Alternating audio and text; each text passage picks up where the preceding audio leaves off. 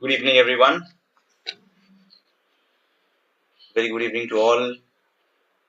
I welcome back you guys to the ICAI live coaching. In the previous class that we had on Tuesday, we had some discussions about introduction to this typical subject. We discussed about the scope, objectives, functions of a financial manager. We also had a look at some of the sources of finance, right? Uh, so mostly throughout the session that we had in the last class, it was more of like a theoretical one. We still have some points of sources of finance to be discussed. We learned an interesting concept of securitization in the previous class, in which we saw that bankers and the financial institutions who have big chunk of the capital tied up into the loans, how they can release it by way of securitizing it or by issuing mortgage-backed securities, right?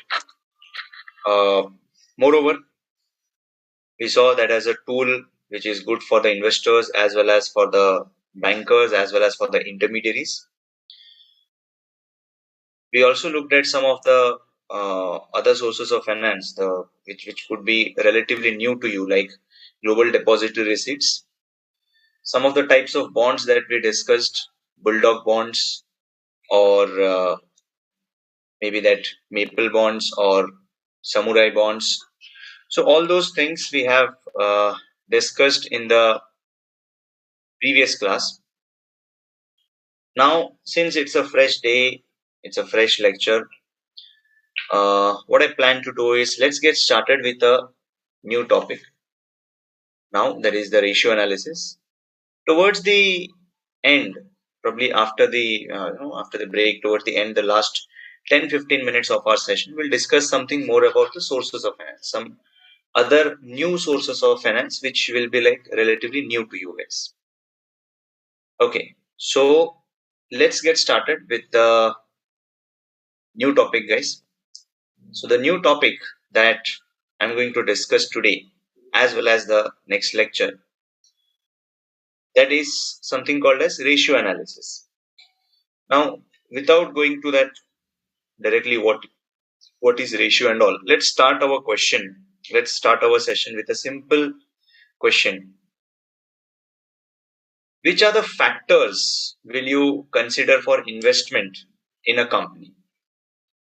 What factors are you really going to consider for the purpose of making investment into a company? What are the factors? Like, if you just look into a typical company and say, sir, that company has got Hrithik Roshan as a brand ambassador. I'm a big fan of Hrithik, so I should buy the shares of that company. Or maybe that company is having Alia Bhatt as the brand ambassador, so that company will be really good. I will put my money in that company. Is that the case, guys and girls? Is that the case?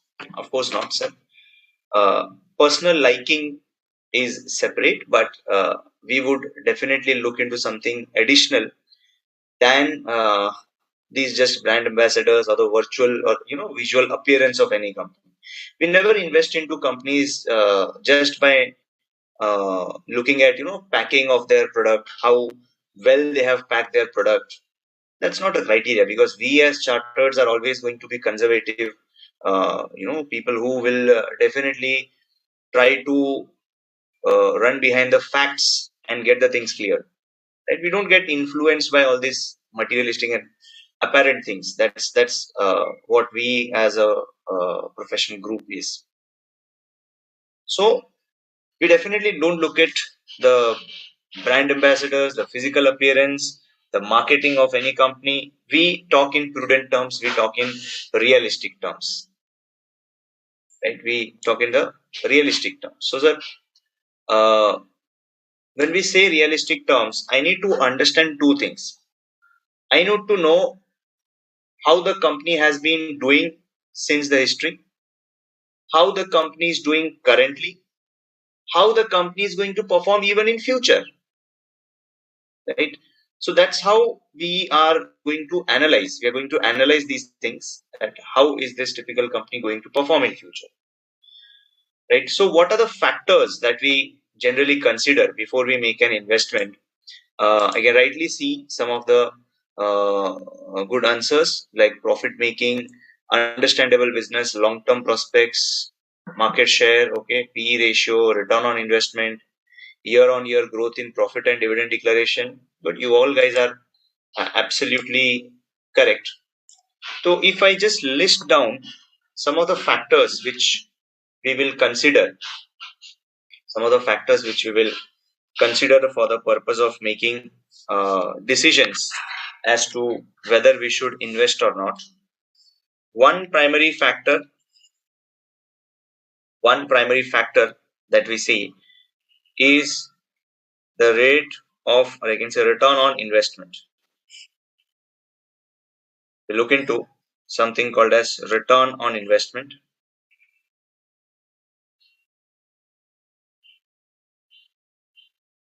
right? This is also one of the factors which you guys have rightly pointed out. Secondly, we also look into whether there is any liquidity in the company. Right? These are the points which you have listed out. Some of you have also stated what should be, sir, the earnings per share. You said some of them that how much is the debt to equity ratio, right? Some of you are saying, sir, how much is the profits of the company? So many such answers are there as to what should be the ideal uh, factors to be looked into before deciding whether to invest in a company or not. So primarily, uh, the factors which we consider, I can group them. I can group them into four baskets. So these are the four baskets of the security, baskets of the ratios or the numbers or the factors that we are going to consider. The first basket is, since it's a business, sir, the business should be done with the purpose of earning profits. Business should be done with the purpose of earning profits. So definitely, since it is a business, one of the primary factors that we select is profitability. We check out the profitability of the stocks. We check out the profitability of the companies as to how the companies have been performing. What is the profit that they are generating? What is the growth in the profit? Is the profit sustainable? So many answers are there to this, or many different ways of understanding how profitable the company is. Secondly, we should also look at liquidity. We should also look at liquidity. Liquidity means whether the company is having sufficient cash for running its business. It is having sufficient liquid cash available with it to run the business. So that liquidity, I can actually put it into two contexts. One, it can be short term or it can be long term liquidity also. The third thing that we discuss, or that we are going to consider as one of the factors for taking investment decision, is some of the activity or level of activities. So what do we mean by this level of activities? This is going to tell us how the company is utilizing its existing assets. How many times of the existing asset is being used by the company to generate sales. And fourth, but, or I can say last but not the least, we look into the rate of return on investment. So primarily, we can say there are four such basket of ratios or numbers which we are going to discuss in this chapter. So how are we going to measure these factors? How are we going to measure these factors? So the point is, how it means to measure anything or to take any decision, we definitely need numbers, guys. If you go to a doctor and say, doctor, that I am having these symptoms, can you give me just medicine? So just by your symptoms, the doctor may not be able to identify what's problem with your health. So what the doctor is going to do is he'll take a thermometer, he'll test your temperature, he'll probably listen to your heartbeats using the stethoscope. He'll probably do a blood pressure check. So all those things are done by the doctor to identify what are the numerical parameters that your body possess, and accordingly he will do the treatment.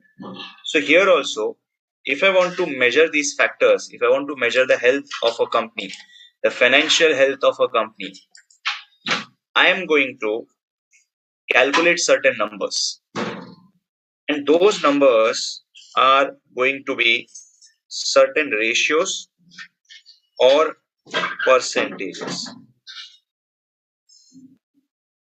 So we will calculate certain ratios and certain percentages which will help us to measure these factors effectively.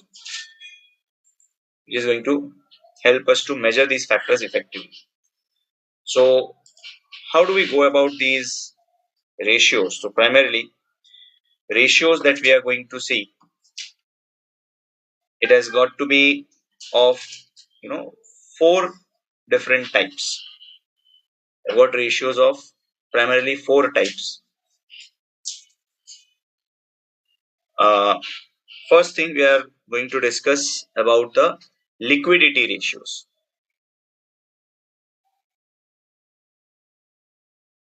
The first set of ratios that we are going to discuss are the liquidity ratios.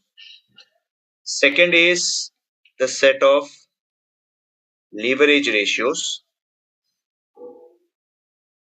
Third set is going to be about the activity ratios. And the last one is profitability ratios.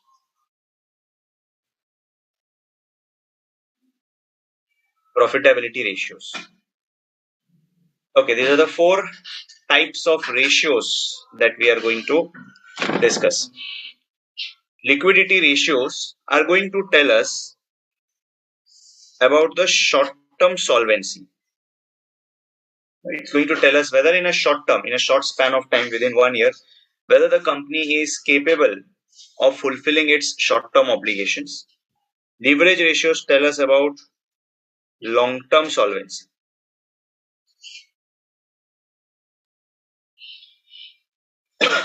Leverage ratios tell us about long-term solvency, that in a long term, are we going to be generating, or I can say having sufficient funds to pay off our long-term obligations. Okay. Activity ratios are going to be telling us about the efficiency of the company. Sir, how do we measure the efficiency? Efficiency is, ideally measured. So, for example, if you have two labors, labor X and labor Y, in 1 hour, labor X can produce, let's say, 30 kgs of output. Labor Y, 60 kgs of output, for the simplicity purpose. So, which labor are we going to say is efficient? Which labor are we going to say efficient? Is it the labor X efficient, or is it the labor Y who is efficient? Definitely, you will say, sir, labor Y is efficient because in the same time, Y is able to generate greater output. So similarly, in the business also, given a level of assets, so those assets can be like fixed asset, current assets, stock, raw material, debtors, creditors, so on and so forth. So all these things we are going to say how efficiently we are utilizing them, right? So that's going to tell us, that's going to tell us by the activity ratios. Okay. Now, profitability ratios, this tells us what is the return on investment.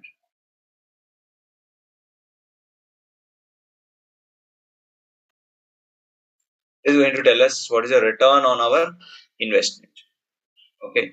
So primarily four types of uh, ratios we are going to see. Four types of ratios: liquidity ratio, leverage ratio, activity ratio, profitability ratio. There are other ratios also, but primarily, or I can say major grouping that we can do is into four of them.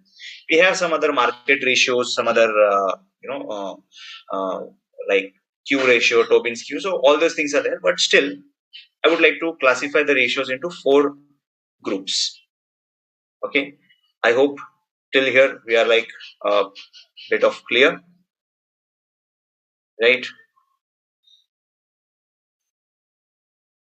Next, let's get started with the discussion now. Let's get started with the discussion. I'm not going to, typically this session, we are not going to have something like, I'll give you a formula and you have to just mug it up and solve the questions. My focus is going to be, you should be able to understand each and every formula with greater degree of clarity, with greater degree of logical reasoning. It should not be a case that you are going to just mug up the formula and solve the questions, you get the marks and that's it. No, it's not that area. We have to be like logically clear, sir, why this formula is typically used. Okay, so let's get started. Uh, suppose we have three companies. Okay, suppose we have three companies, X, Y, and Z. I give you information that, sir, X Limited is, let's say having uh, 10 lakh of current assets. Y Limited is having 1 crore of current assets. So which company is more liquid in short term? Which company is more liquid in short term? Is it X or is it Y? What will be your answer? So is it the company X which is more liquid or is it the company Y which is more liquid? So you will say, sir, we can't say it because it's just the current assets. Give us some information about current liability. So now let's say current liability is 5 lakh for X Limited and 95 lakh for Y Limited. Now, which company is more liquid or which company is more solvent in short term? Or I can say, which company do you find to be less risky in short term? That is, the company will be able to fulfill its obligation in the short term. Which one do you feel? Is it X or Y? Sir, let me calculate the current net current assets. That is current assets minus current liability. So let me tell you, sir, net current assets is 5 lakh. Here also 5 lakh. Do you mean to say that company X and Y, both of them are, sir, equally good because both of them are having net current asset of 5 lakh? Is it the case? Let me just put across you another company, Z Limited, which is having a current assets of 10 crore and there's a current liability of 9 crore 95 lakh. So, sir, net current asset becomes 5 lakh. Are you still going to say that X, Y, Z, all three of them are equally good in terms of short term liquidity? Are you going to say no? Because, sir, against 10 lakh, current liability is 5 lakh. Against 1 crore, there is 95 lakh of current liability, and against 10 crore, there is 9 lakh 95,000 of current liability. So, I cannot just look at this absolute figure of net current asset. I just cannot look at this absolute figure of net current assets and decide which of the companies is better. You cannot do that, right? You cannot do that. This is the absolute to net current asset. So out of these three, like which one will be better? You can't decide it. Rather, what we should do, sir? We should take a ratio. Ratio of what, sir? It should be ratio between current asset and current liability. Because my idea over here is to calculate for every 1 rupee of current asset, for every 1 rupee of current asset, for every 1 rupee of current liability, for every 1 rupee of current liability, how much is the current asset that we have? How much is the current asset that we have? So my idea is to calculate for every 1 rupee of current liability, how much is the current asset that we have. So we compute a ratio as current asset by current liability, and that's what we say as current ratio. So if I do the calculation over here, like 10 lakh divided by 5 lakh, you can say, so this is 2:1. Whereas on the other side, you will find it is 1 crore divided by 95 lakh. That's 1.05. Right? 1.05:1. And the other one is 1.005:1. Right? So we can say which company is better in terms of liquidity, sir. I cannot decide only on the basis of this. I have to look at the current ratio. So in terms of liquidity, in terms of short-term solvency, we can say, sir, company X is better. These two are not so good. Right? So, sir, how do we calculate this current ratio? How do we go ahead with calculation of this current ratio? Current ratio, we calculate it as simply current assets upon current liabilities.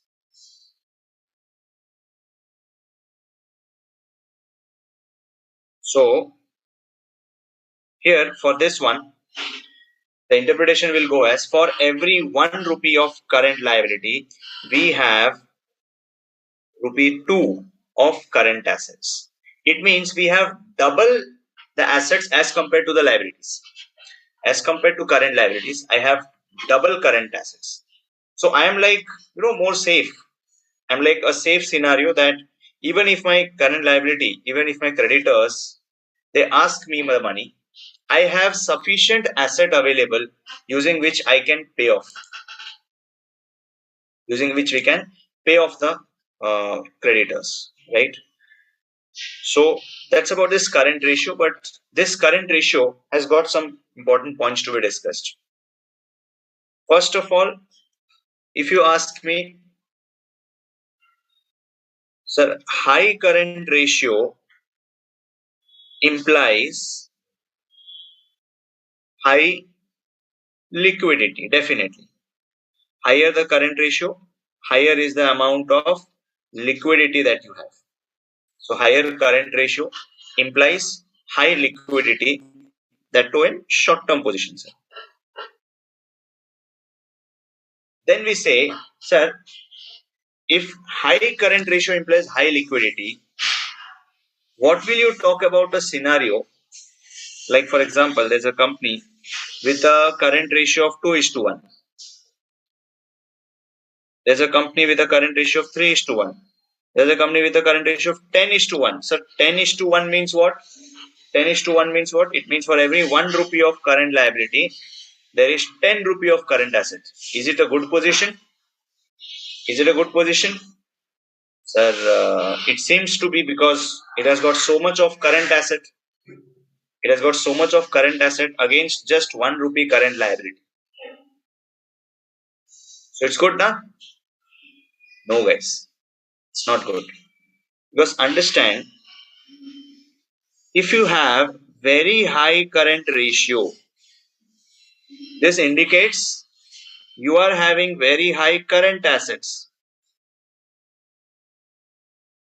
Now, when you say very high current assets, there are three such scenarios possible. Very high current assets will imply that there are three scenarios possible, sir. Either you have high level of stock, or you have high level of debtors available with you, or you may be having high level of cash available with you. So, sir, do you mean holding too much stock is not good? Having much of debtors is not good? Having good amount of cash in hand is not good? It's not good, guys. It's not good, right? So, why it's not good, sir? Because when you have high amount of stock, if you are maintaining a very great degree of stock, it means you're not able to sell your goods. You have purchased the goods, maybe you have produced the goods, but you're not able to sell it in the market. What's the use of that? Having such high degree of stock is not going to help you in your business, because that will ultimately, block your funds, and it will take a hit on your earnings or take a hit on your profits. So high stock, if you have a high stock, it means you are suffering from selling inefficiency. So what about high debtors? High debtors means you are suffering from collection inefficiency, and high cash, it means you don't have sufficient areas to invest. So these indicates that great degree of current assets implies you are actually inefficient. If you have very high degree of current ratio, that indicates that you're inefficient. So inefficient, as how inefficient? In a sense that you're not able to sell your goods, you're not able to collect the amount on time, you're not able to invest your profits or invest the cash available in profitable position, right? So the second point which I would like to tell you is very high current ratio implies inefficiencies. Inefficiencies in what sense, sir? Inefficiency can be with regard to sales, it can be with regards to collection, it can be with regards to investment. So very high current ratio, it indicates inefficiency. So now you said that high current ratio is good, high liquidity, but now you are saying high current ratio implies inefficiency. Can you please tell us, sir, what is the ideal level of the current ratio? Yes, ideal current ratio. Ideal current ratio. Ideally, what should be the current ratio, sir? It should be 2:1. Ideally, so the current ratio should work out to be 2:1. Right? Okay. Now, before I proceed, let me just look into the queries section.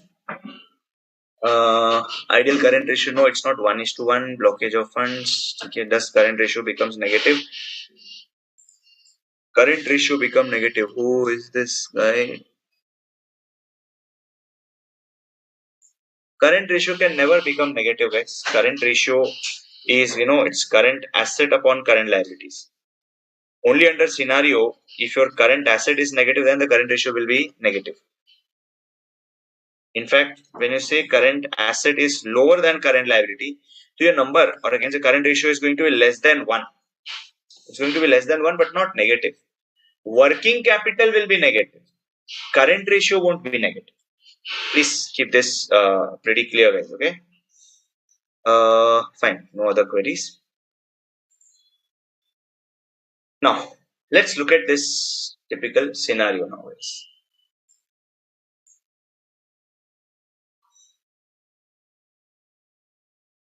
Let us say a current asset, current liability position. Let's look at this current asset, current liability position.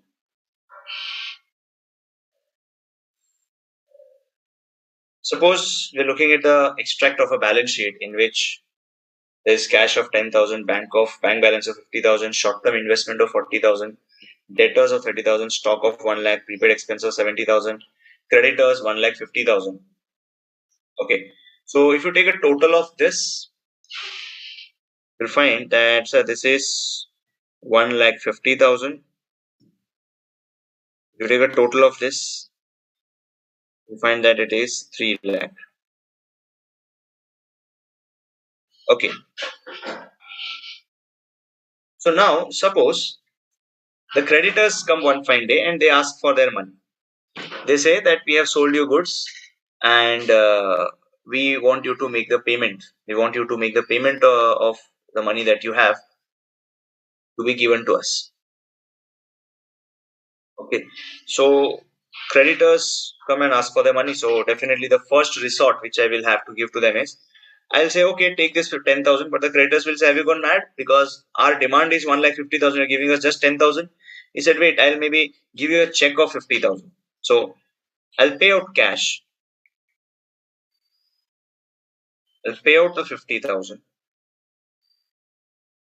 Creditors will say, our demand is not yet fulfilled because we want 1,50,000. You are giving only 60,000. That's not done. So I said, okay, let me just do one thing, sell out this short-term investment, right? Assuming that I realize the same 40,000 as the value,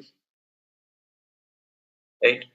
And 40,000 as a value, and I guess say this is like 1 lakh we have paid, sir. We have paid 1 lakh rupee now. Traders will say not done because 1,50,000 is the balance. We are not going to be satisfied with this 1 lakh. We need the full money. So now I go to my debtors and ask my debtors, hey, listen, I am in the need of funds. Can you just give me this 30,000 as an advance money? The debtors will say we won't because we have agreed that I will pay you money on a future date. Then we may request our debtors, okay, do one thing, give some sort of bill receivable to me. You just sign a bill. You don't give the money now. You just give a bill to me. I'll discount it at my own expense. So then, okay. So debtors also, that gone, and we convert these debtors to bill receivable. I take this bill receivable to bank. The bank gives me, let's say, 29,000. Sir, how come 29,000? Discount charges. Bank will discount the bill, right? Against 30,000 bill, the bank is going to give me 29,000. So suppose I pay that 29,000 also over here. Bill receivable of 29,000. So initially we paid cash. We paid the money from our bank. We paid from our short-term investment. We also paid bill receivable. Creditors will say, still you are not done because we wanted a amount of 1,50,000, but you have paid 1,29,000. Still there's a balance of 21,000. I'll say, my God, I have exhausted almost all my current assets. I have stock and prepaid expense. Now, how will I fulfill the claims of my creditors? Can I just ask my creditor, okay, do one thing. You have balance of 21,000. You take the stock that you have provided to me. Creditor will say, have you gone mad? If you wanted to return the stock, why did you purchase it from me? Right. So I cannot give this stock to the creditors. That's quite clear. That's quite obvious. So can we say creditor, okay, you do one thing, you realize these prepaid expenses. Creditor will say you have gone insane because how can I take your prepaid expense? If you have your prepaid insurance, it is beneficial to you. It's not beneficial to me. So how will you make the payment now to the creditors? Remember, we had the ideal current ratios of 3 lakh is to 1,50,000. 2:1 was the ideal current ratio. In spite of having an ideal current ratio, we may come across situation that we don't have any more funds payable to the creditors. Right?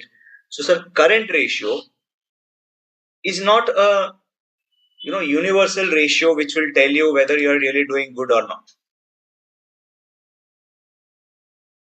Right? So we cannot say that it's really doing good, that if you have a 2:1, so no problem will arise. Nothing like that. So there is always some sort of limitation that is possible. right?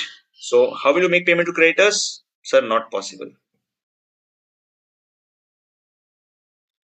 So there is a need for another ratio which will tell us, uh, whether we are really doing good or not in terms of short-term solvency or short-term liquidity.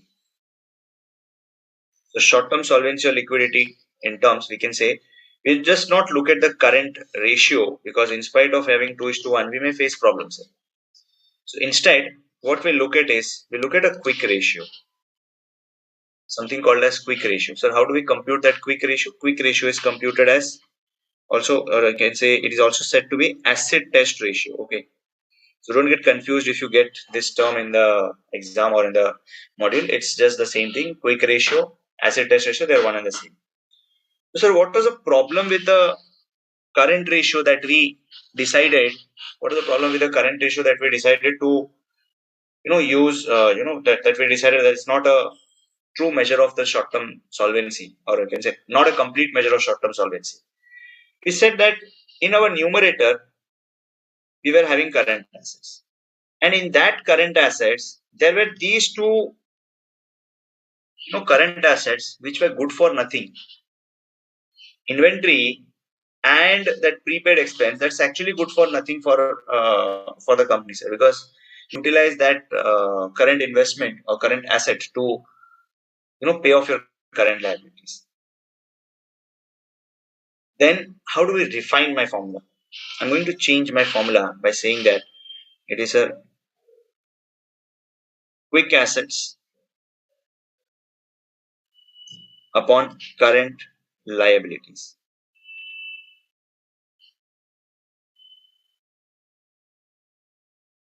It's going to be quick assets upon current liabilities. Okay, sir, what do you mean by quick assets? See, as I said, there were these two good for nothing current assets which I cannot use for paying off my current liabilities. So I will simply remove these two, na? As good as that.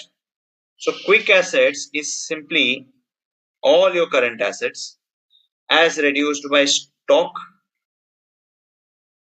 and prepaid expense divided by current liability. Right? That's the improvised version. That is the improvised version. Now, even more strict ratio is a cash ratio, because when you subtract only stock and prepaid expense, you are including actually the debtors, because you have subtracted only stock and prepaid expense, or inventory and prepaid expense. So you have included the debtors in your quick assets. So in a quick assets, you include debtors. But we know that when I want to convert my debtors to cash, I will have to, you know, uh, give some sort of premium, or I will have to give some sort of expense. I may have to incur some discount charges by the banker to get it converted to cash. So we come up with a more uh, logical and more strict ratio that's called as a cash ratio. It's called as a cash ratio, and that cash ratio is also said to be absolute liquid ratio. That's going to be absolute liquid ratio, and in that absolute liquid ratio, we will have like cash plus bank balance plus short-term investment. Short-term investment, or you can say marketable securities, right? Upon the current liability, you can also say that it is cash plus bank plus the marketable securities upon current liability. This is an even more strict term. So, sir, what should be the ideal ratios? In both the cases, ideal ratio that you should maintain is 1:1. And if you have uh, current assets, which are actually those assets which you can use to pay off the current liabilities, that should be ideally equal to the current liabilities, sir. If you have that position, nothing better than that. It's the best position that you can have. Okay. That's the short-term solvency ratio. Now, let me go to the next ratio. And next ratio is really interesting, guys. We are going to answer something as to how are we going to check that a typical company is having sufficient quick assets to meet the day-to-day expenses. How do we check that this company is having sufficient quick assets or sufficient cash and bank balance with which they can pay off their day-to-day expenses? How are we going to check that? For that, let me just give you an analogy with your regular things. Like, for example,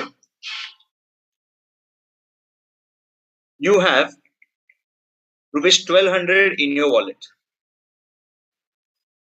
right? You have rupees 1200 in your wallet, and I say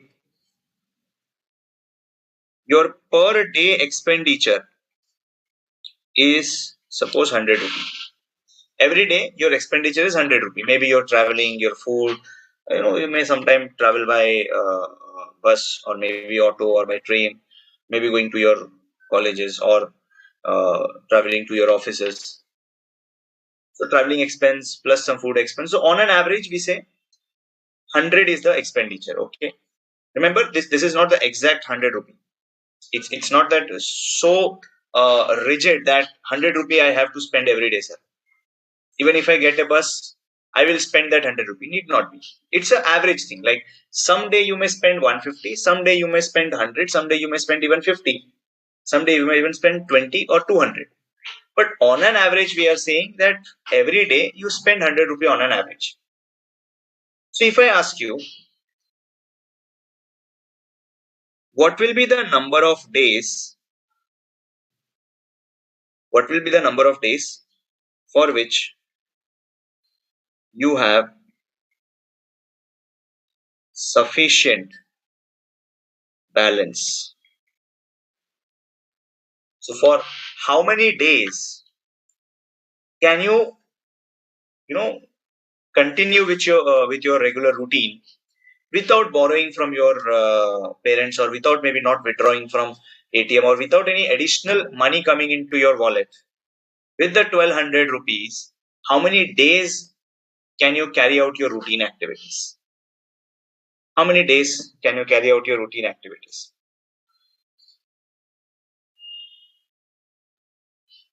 How many days do you think that you can carry out your routine activities?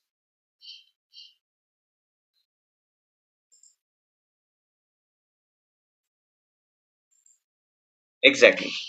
Exactly, guys. You can carry out your routine activities with 12 days.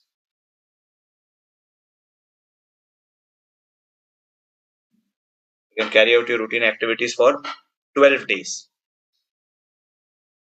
Because 100 rupee into 12, sir, so it should be 1200,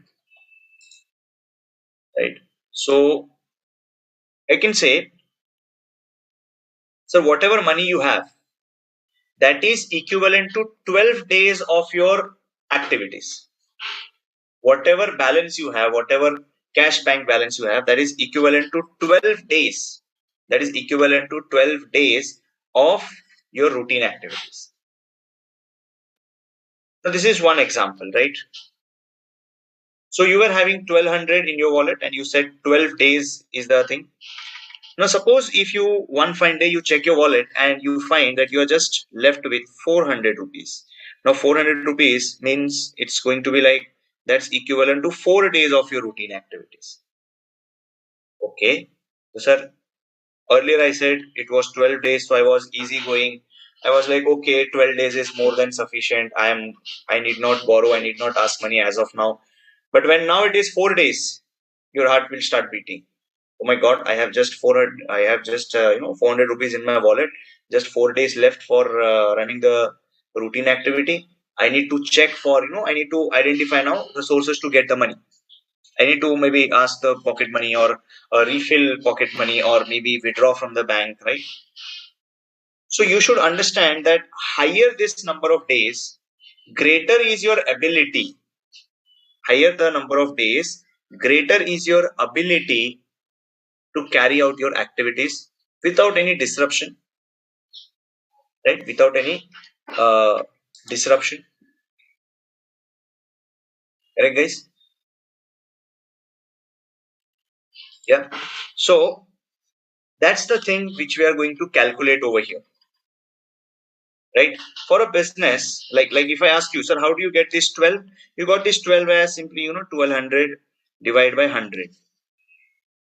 Sir, what was 1200? 1200 was the cash balance that you had.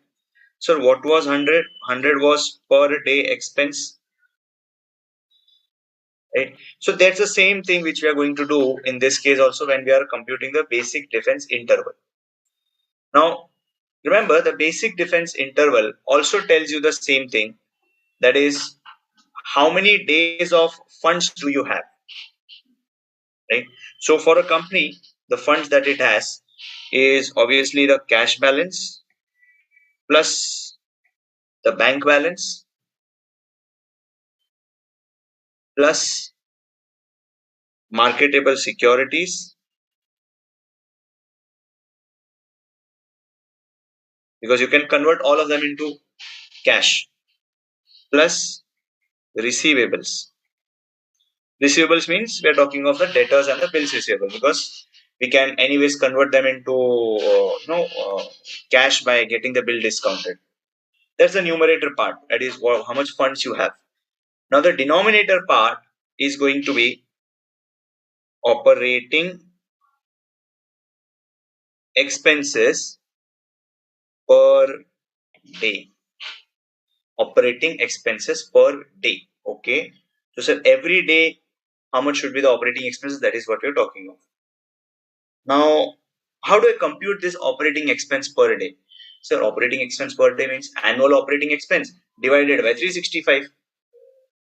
Right? Absolutely correct. But what will include? What will you include in that annual operating expense? So, annual operating expense will be like your COGS, cost of goods sold is an annual operating expense, plus the selling expense. Okay, sir. Plus there are any general expenses or office admin expense. But remember, in your COGS, in your selling expense, in your general expenses, there will be certain non-cash expenses also. There will be some non-cash expenses also. So we need to remove those non-cash expenses, because non-cash expense, why will I consider the non-cash expense in my this portion? So I need to reduce from here the depreciation and amortization and divide this by number of days in a year. Say it can be 365,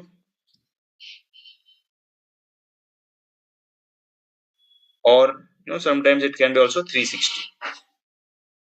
Okay, so that's how we compute this basic defense interval. This tells you, the basic defense interval ratio actually tells you how many days cash do you have, or cash equal to how many days of working do you have. Okay, right? So that's the basic defense interval ratio. Now we're going to discuss something uh, related to now the other part, which is a long term. Let us say three companies are there. As I told you, we are going to discuss all of this concept by way of logical understanding and not by way of mugging up the formula. Okay, so let's say we are considering certain three companies, uh, in which company P has a owned funds of 10 lakh. Company P has a owned fund of 10 lakh. There is no borrowed fund. So, sir, total fund raised by the company is 10 lakh. Fixed asset of the company and current asset and the total funds, that has to be ideally, sir, let's say fixed asset is suppose 6 lakh, 4 lakh, and total funds invested is 10 lakh, right? So that's the same scenario for all the three companies: 6 lakh, 4 lakh, and 10 lakh. So it's 6 lakh, 4 lakh, and 10 lakh. Okay, so fixed assets. The total funds invested is 10 lakh. So, sir, investment point of view, all three companies are same. What I'm going to distinguish is the financing pattern. Okay, so let's say owned funds. Q is having a owned funds of 5 lakh and a borrowed fund of 5 lakh. So total investment of Q is also 10 lakh. R is investing 2 lakh from its own sources and 8 lakh from the borrowed sources. That's your 10 lakh. Okay, one thing we should remember is one thing we should keep a note over here is that owned funds. Remember, guys, owned funds is your equity share capital plus preference share capital plus the reserves. Okay, and also reduce these reserves by fictitious assets. In your balance sheet, if you have any fictitious asset, that needs to be subtracted, and this overall thing is said to be net reserves. Overall thing is said to be net reserves. So owned funds is equal to equity share capital plus preference share capital plus net reserves. Okay, so just keep it in mind whenever we're talking of owned funds, it is this: equity share capital plus preference share capital plus the net reserves. Now my question is, out of these three companies, which company is stable in a long term? Which of the companies is stable in a long term? What is your answer? Or I can say long term wise, which company is having a lesser degree of risk, or which company is more capable of paying its outside liabilities?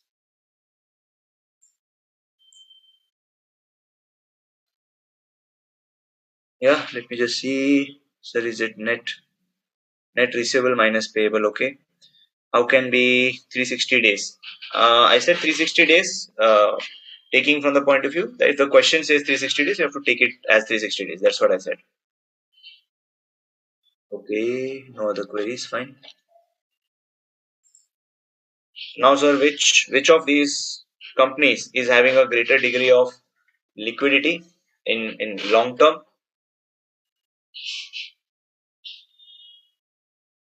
Which one is having? Absolutely right, sir. Guys, some of you have said P Limited is the one which is having a greater degree of liquidity because P Limited entire funds are own funds. There is no borrowed funds at all. There are no borrowed funds in this, sir, because whatever is investment of P Limited, uh, whatever is the amount of investment, that is fully made through owned fund sources. So the P Limited is not supposed to be paying any amount of risk or any amount of interest or anything. So it's holistically we can say P is good in terms of uh, in a long term. This is supposed to be good one. Okay. Now,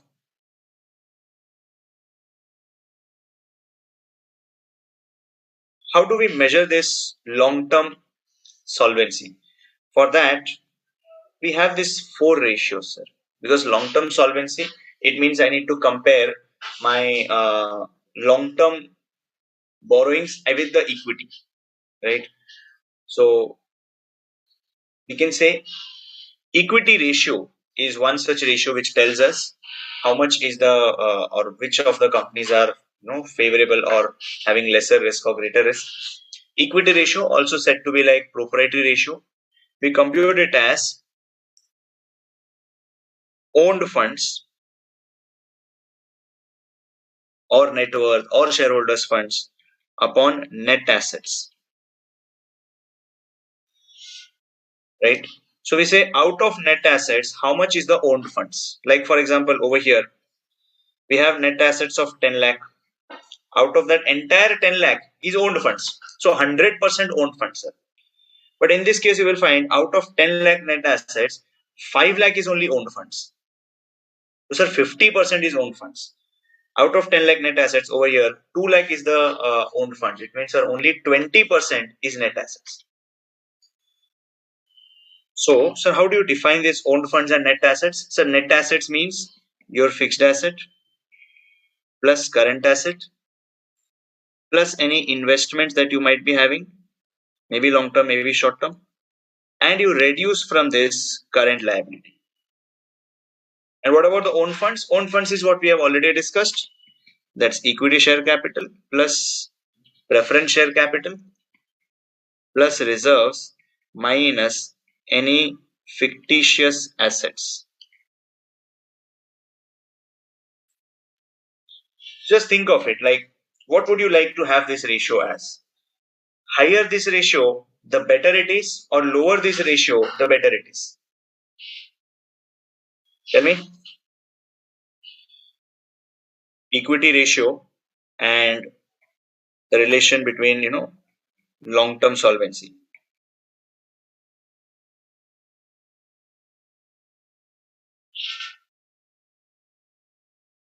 Equity ratio and the long term solvency. If equity ratio is higher, what does that indicate? Long term solvency is also higher. If equity ratio is higher, long term solvency is also higher, because when you say equity ratio, for example, there is another question of 80% and 50%. So 80%, the company which is having 80% as equity ratio, it means 80% of its assets are financed by owned funds. So 50%, it means what? It means 50% of your assets are financed by owned funds.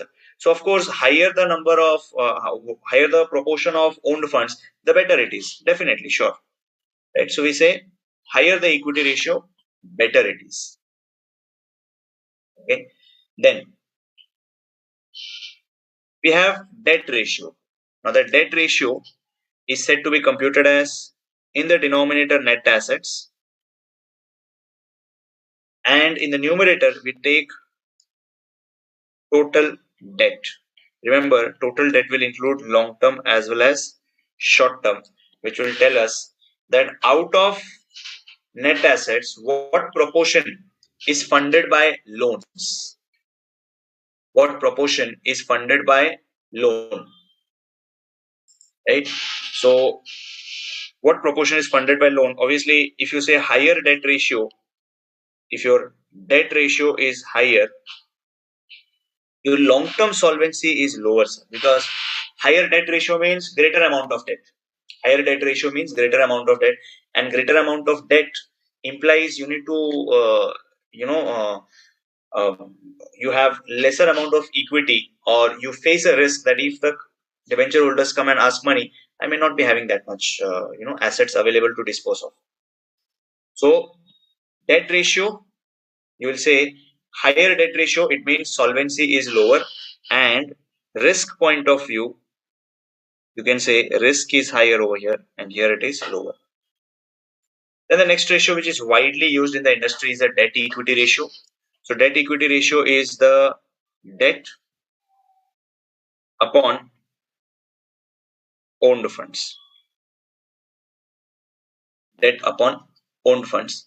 So what do you mean by debt, sir? Debt will include like short term plus long term loans. Upon owned funds is the same thing, equity share capital plus preference share capital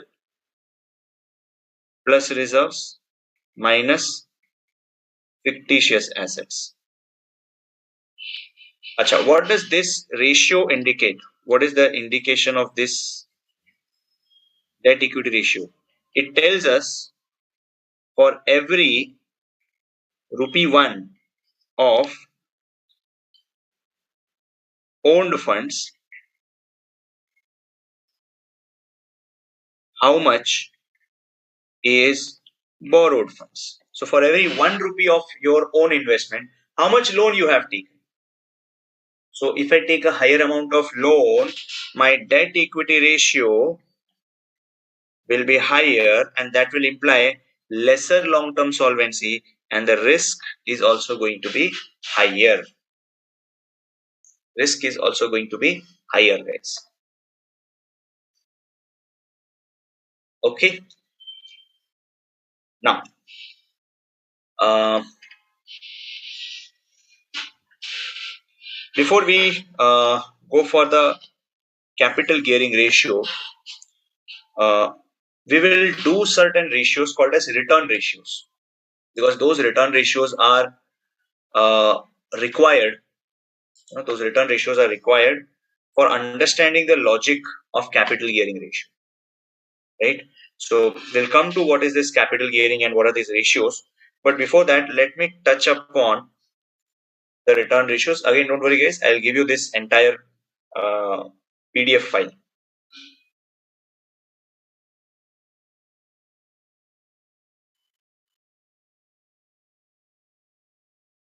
Okay. See, let me touch upon this return on investment. Return on investment. How do you calculate what is the return that you are earning on your investment? How do you calculate the return that you're earning on your investment? Sir, ideally, if I say, suppose your investment, you've invested in one typical area, let's say you've invested in one typical area, amount of 10 lakh, right? And you get interest,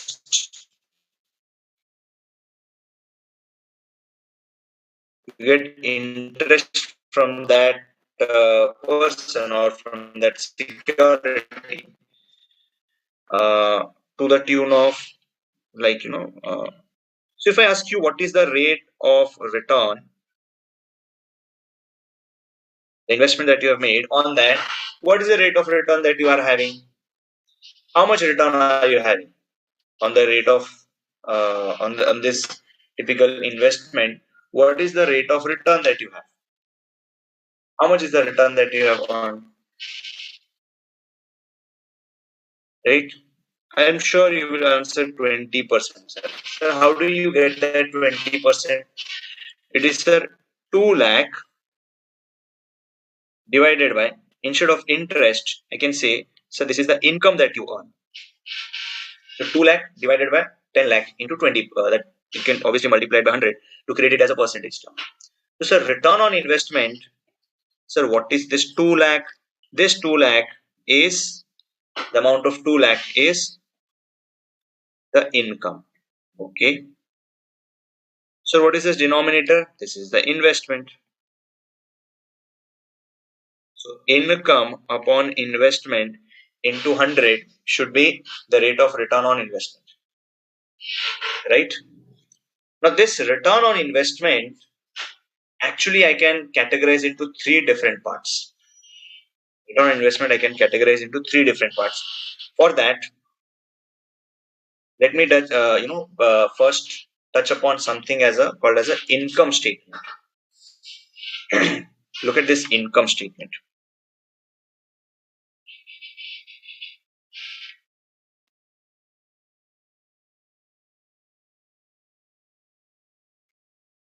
Income statement. This statement is a simple representation of how the company distributes the funds that it has generated, how the company distributes the fund that it has generated on the investments, right? So company makes a sale and it gets some amount of sales, or let me just add some numbers. Company makes a sales of 1 crore. From that, company pays certain variable costs, like variable cost can be purchase of inventory, payment to the laborers, or maybe some purchase of some consumables. You make payment of variable cost to the tune of 50 lakh. So we are left with 50 lakh, and this 50 lakh is said to be contribution. From this contribution, we pay certain fixed costs, like fixed costs for the rent, for the salary of employees. Right? We paid 20 lakh. We have now 30 lakh available with us, and this term is called as earnings. This term is called as earnings before interest and tax. That's the EBIT or EBIT.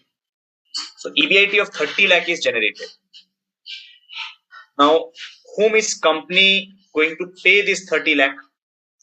From this surplus that the company has, because now all your operating expenses are paid off. As a company, you have paid all your operating expenses, which may be variable, which may. Whom are you going to make the payment? Is it the debenture holders? Is it the preference shareholders? Or is it the equity shareholders? Whom are you going to make the payment first? Of course, sir, we need to pay the interest from this. So we reduce the interest from this. Let us say interest of 10 lakh is paid. Okay. So whatever is left out, that's called as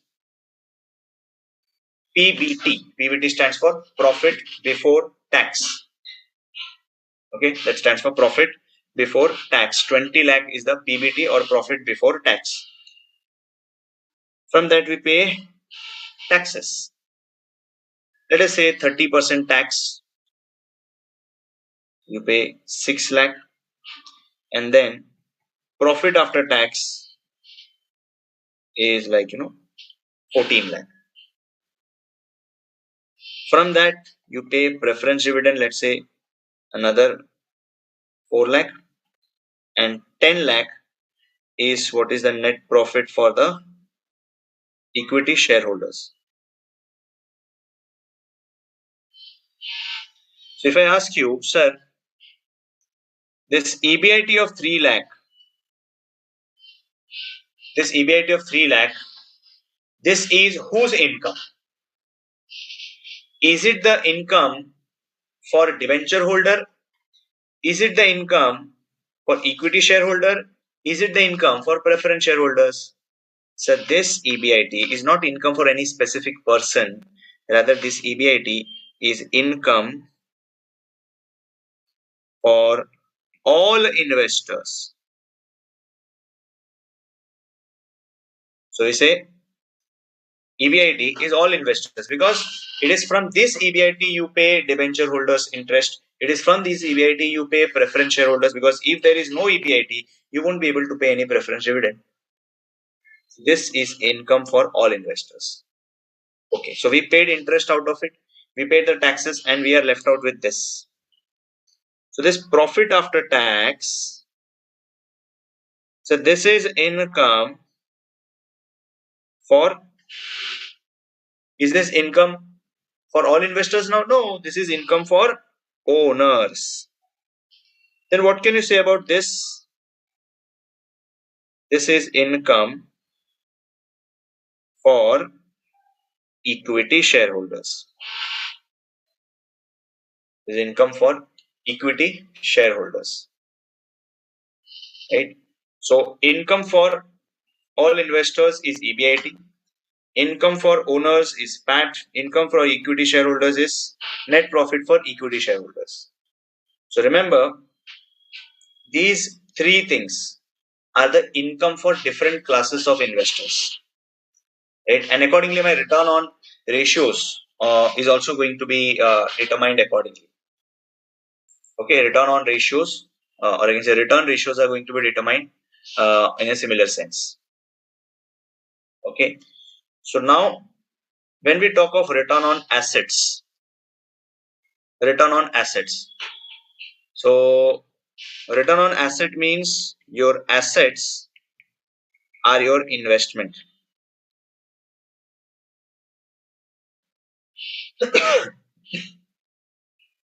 Return on assets is the return on, we say assets is your investment. So on assets, when we say, we're going to say this as like, okay, we have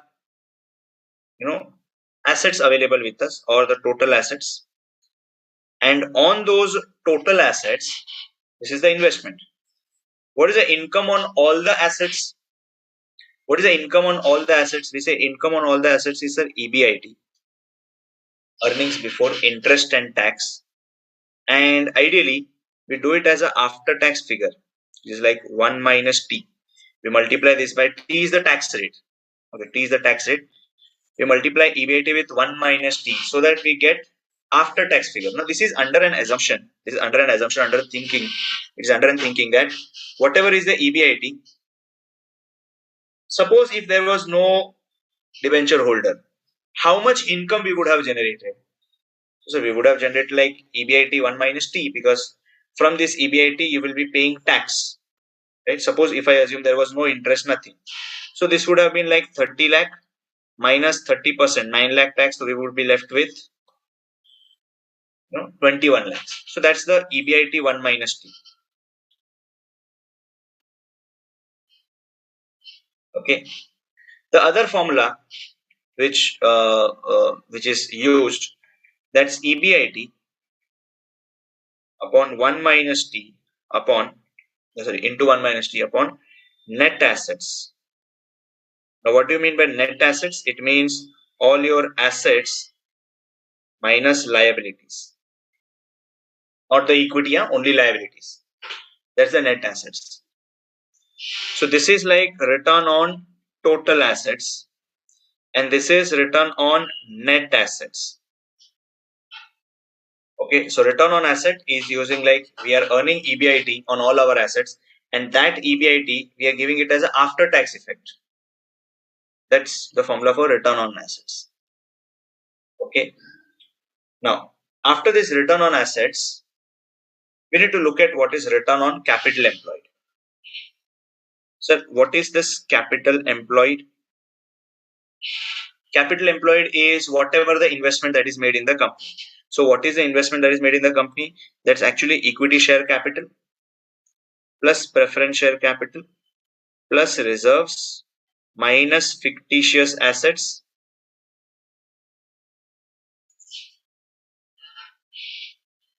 plus any debt.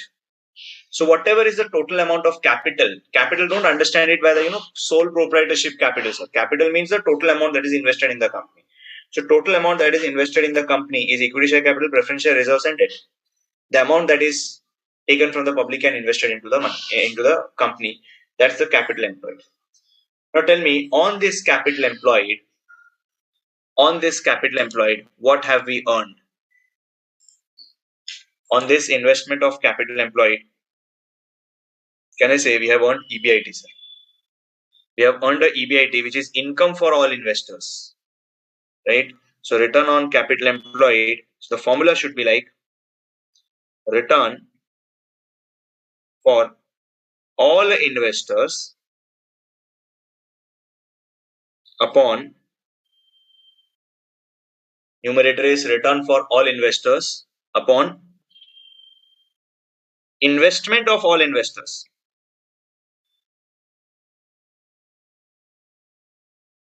So what is investment of all investors? Investment of all investors is this. So the formula is going to be return for all investors. It means it is EBIT, sir. EBIT upon equity share capital plus preference share capital plus reserves minus fictitious assets plus borrowed funds. Or you can also say this as, so it is EBIT upon owned funds plus borrowed funds into 100 to give it a percentage effect. Give it a percentage effect. You just multiply it by 100. So return on capital employed is this.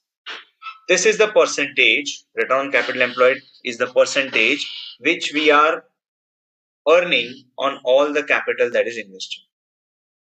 This is the percentage which we are earning on all the amount of capital that we have invested. That's the return on capital employed. You can also make it, this is actually a pre-tax figure. So if I want it to be a post-tax, it should be EBIT 1 minus T upon owned funds plus borrowed funds into 100. Right? So that's the post-tax figure. If you bring in the taxation, if you want to make it a post-tax, you multiply it by 1 minus t, because if 30% is the tax, 1 minus t will be 70%. So EBIT into 70% will be the after-tax figure. Okay. Then return on equity. When we say return on equity, it is like income. The formula will be like income for owners upon owned funds. Return on equity means income for owners upon owned funds. So this should be ideally, sir, income for owners is basically profit after tax,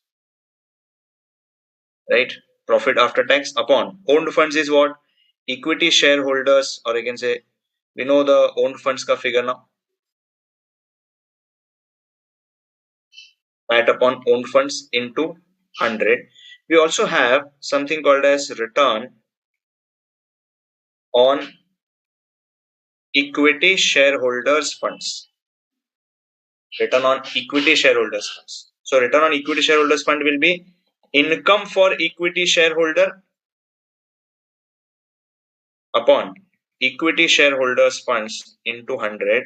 Now what do you mean by return for equity shareholder? What is the return that they have? The net profit for equity shareholders upon equity shareholders funds will be equity share cap plus preference share cap plus reserves minus any fictitious assets. Right? So this is return on equity shareholders funds. Okay. Return on equity shareholders funds. This is the amount of return that we are generating on the equity shareholders funds. So all these return ratios tell us what percentage of their investment is being earned for them. Okay.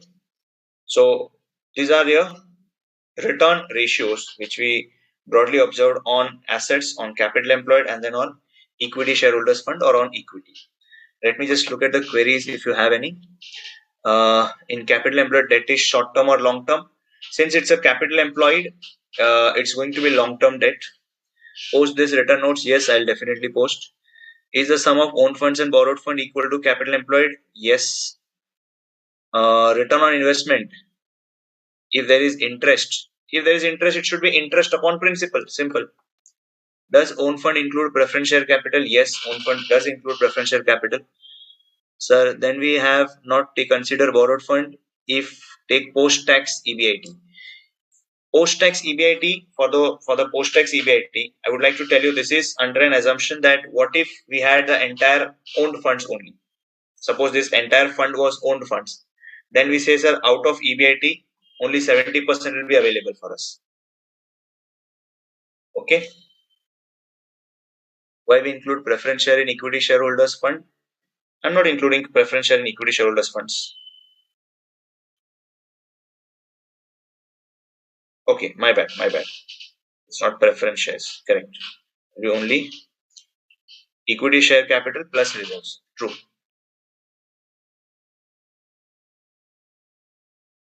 Return on equity shareholders. Return on equity shareholders funds is, this is the amount of investment of equity shareholders, and on that we are having some income that is generated. Income for equity shareholder, which is basically the net profit for equity. In our income statement, we said this is the last amount which is given to the equity shareholders. So those amounts, that's the numerator, and denominator is the equity shareholders fund. Whatever is the money that equity shareholders has invested. Okay. Capital employed is assets minus outside liabilities. Yeah, you can say that. Yes, many formulae, guys, but understand them logically. Don't try to mug them up. Okay. So right now, let's do one thing. Let's take a break now. Digest this formula once again. Try to recollect them. You can refer the ICAI module also because I'm using the same flow of it. You can recollect the formula. And once we are back with a break, we will look into a very interesting concept of trading on equity or capital gearing. Okay, so let's take a break now, guys. We'll continue after a short break.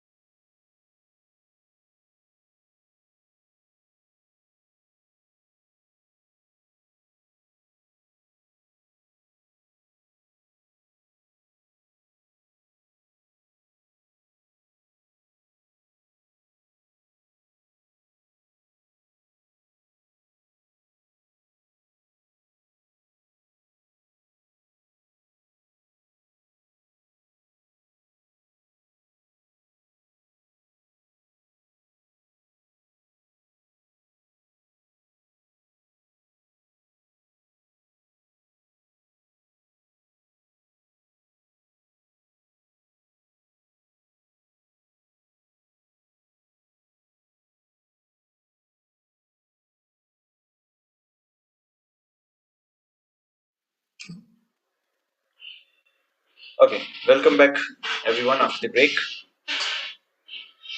Let us continue. Before the break, we just discussed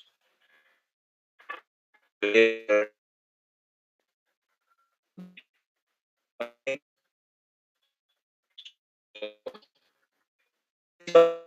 going to discuss something about the capital gearing part. Okay, so let's discuss about this capital gearing concept and also the capital gearing uh, formulae, capital gearing ratio formulae. Okay,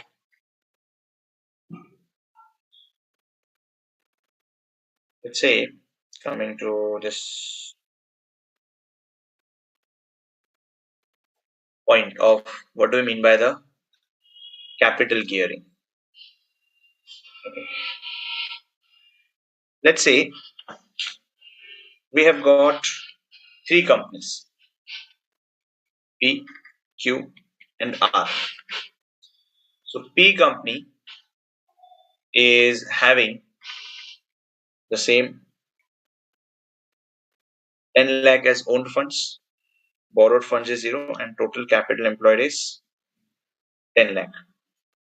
Q is having 5 lakh owned funds, 5 lakh borrowed funds, and total funds is 10 lakh. R is having 2 lakh owned funds, borrowed funds of 8 lakh, and total capital employed is 10 lakh. Now you should be clear to understand that so earnings before interest and tax of the company, EBIT of the company, uh, that EBIT is not dependent on how you have got this 10 lakh. You will generate EBIT irrespective of the way you have generated, irrespective of the way you have raised your funds. You may get your funds only from equity or partly from debt and partly from equity. That is typically of no use at all. That is, typically of no use at all to determine what will be the level of EBIT. For EBIT, what matters is the total capital employed. You have 10 lakh invested. That 10 lakh is the only thing that's going to matter for EBIT. That's it and nothing else. So EBIT, let us say all the three companies have performed well. So let us say they are generating an equal amount of EBIT of 3 lakh.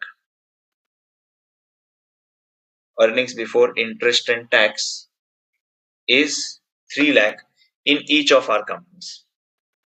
Okay. Then the interest that we should pay, for that we need to know the rate of interest. So suppose the rate of interest is 30%. Sorry, not 30%, too high. Let's say the interest that we are paying, that's on the borrowed funds at 10%. Okay.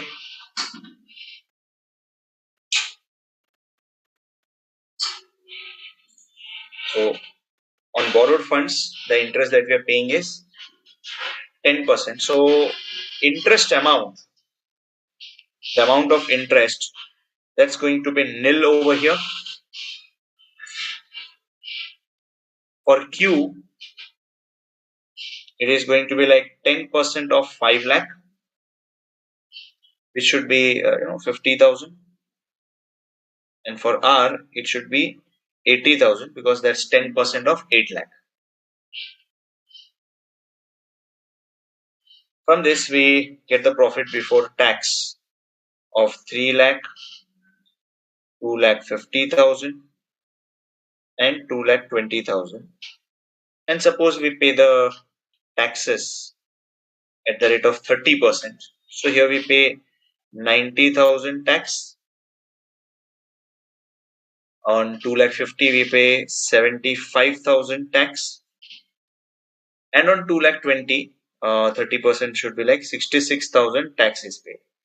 So the profit after tax is like 2 lakh 10,000, 1 lakh 75,000, and here it will be 1 lakh 54,000.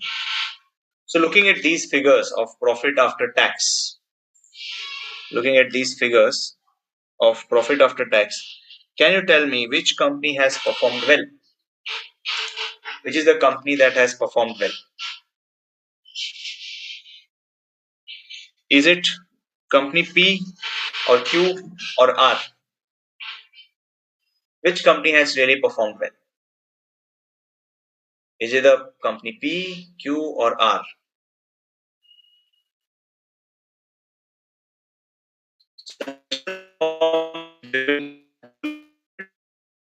Right, to measure the performance, we'll calculate the return ratios. Now,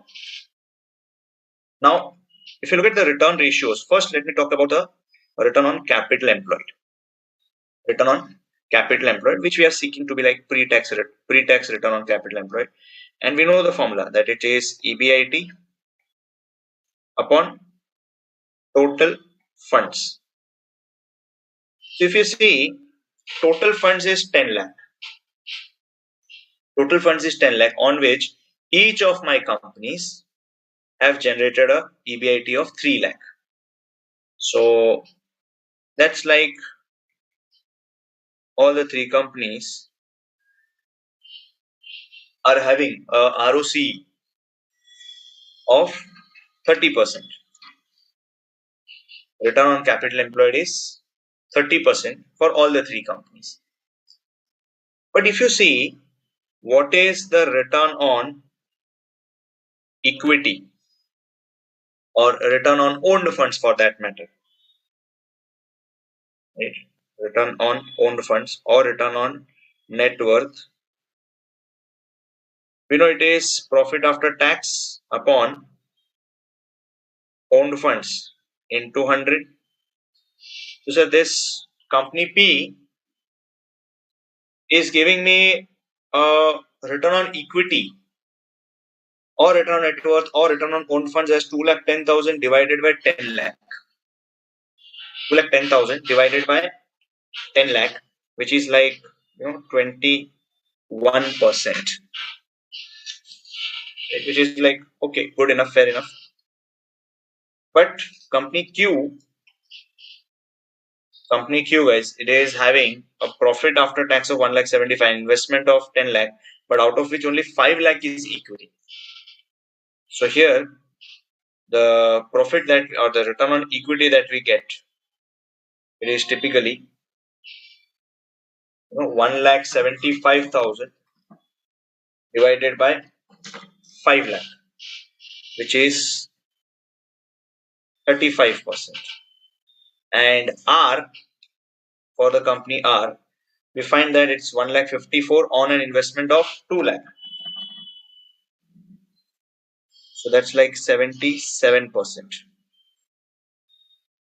So overall, business wise, all the companies are good. Business wise, return on capital employed, so EBIT, all the companies are good. But if you think how these companies have performed for the equity shareholders, you'll find company P has generated 21% return for equity shareholders or the owned funds. Company Q is generating 35% profit for equity shareholders, 35% return. Company R is performing absolutely well, which is like 77% return. Now, what is the reason that company R, in spite of having borrowed funds, that it is able to generate 77% superb level of profits for its equity shareholders? What is the reason? Just think about it. Why is it a case that company R is able to generate a superior return for its equity shareholders? Because capital employed wise, they are getting the same. They are generating the same 30% return. But then why company R is able to generate 77% return for its equity shareholders or for its owned funds? Why is it able to generate super profits for its own funds? Why is it the case? Tax benefit, borrowed funds is more, Yeah, Bina, in this case, there's a very simple rule. There's a very simple rule by which you can understand why the company R has generated. See, for company R, or for that matter, for any of these companies, for I'm typically talking of this company R. For this company R, the rate of return on business, the rate of return on business is 30%. The rate of return on business is 30%, whereas the rate of return on borrowed funds, so on borrowed funds we were paying just 10%. Rate of return on business is 30, whereas rate of return on the borrowed funds is 10%. So what the financiers of this company are doing, they're actually getting funds at a cheaper rate. They're raising funds at 10%, whereas they're investing that same fund into a business which is giving them 30% return. So if you think, sir, 8 lakh that we have raised, 8 lakh that we have raised, on that we have to pay just 10% interest. We pay 10% interest, that's it, that's sufficient return that we have to give to the debenture holders, nothing more than that. But by investing that 8 lakh, we are generating 30% return.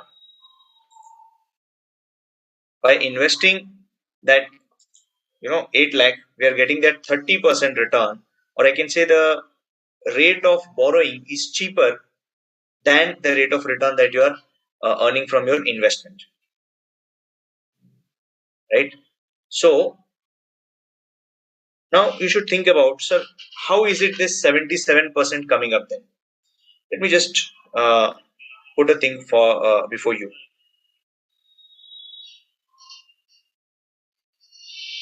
See, total capital employed. This is a very interesting derivation, by the way. This will make the things absolutely crystal clear. Total capital employed was 10 lakh, and that I distribute it into two parts. One is the equity and other is the debt, right? So debt is like 2 lakh. So this is for Q, for Q limited we are talking of. Not Q. What is the last one? R limited. Okay. For R limited we are talking of. For R limited, total capital employed is 10 lakh, in which equity is 2 lakh and debt is 8 lakh. Equity is 2 lakh, debt is 8 lakh.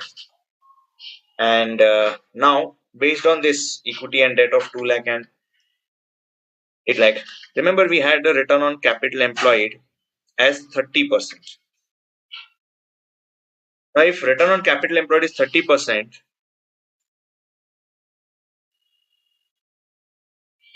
on this 8 lakh, how much income we would have generated as a business?